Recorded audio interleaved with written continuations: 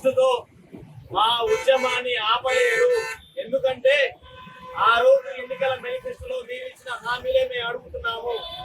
రేవంత్ రెడ్డి గారు 19,000 ఉద్యోగాలు ఖాళీ ఉన్నాయని చెప్పేసి ఇవాళ 5,000 ఉద్యోగాలు ఇస్తామన్న దాంట్లో మతలబ్ ఏంటి? అంటే ఉద్యోగాలు ఏమైనా అమ్ముకుంటున్నారా? ఇంకో విషయం, మీరు ఎన్నికల హామీలో భాగంగా జియో 46 రద్దు చేస్తామన్నారు. మరి ఆ సంగతి ఏమైంది? ఎక్కడ దాకా వచ్చింది జియో 46? రద్దు చేస్తారా లేదు? దాంతో పాటు ఈ ప్రతిపక్షాలు ఉన్నాయా లేవా తెలంగాణలో? ఇలా నిరుద్యోగులందరూ కూడా రోడ్ల మీద ధర్నాలు చేస్తుంటే, రాస్తా రోకోలు చేస్తుంటే, అరెస్ట్ అవుతుంటే, మా మీద ఎఫ్ఐఆర్లు ఫైల్ అవుతుంటే మరి ప్రతిపక్షం ఉన్నదా లేదా అని మేము గట్టిగా హెచ్చరిస్తున్నాము. మా మీద దాడులు జరుగుతున్నాయి, ఇంట్లోకి పోలీసులు వస్తున్నారు, రోజు రోజు మమ్మల్ని తీవ్రంగా అణిచివేస్తున్నారు. మరి ప్రతిపక్షాలు మా గురించి మాట్లాడారా? ఈ రాష్ట్రంలో ప్రతిపక్షం ఉందా లేదా అని ఒకటి మాకు డౌట్ వస్తుంది.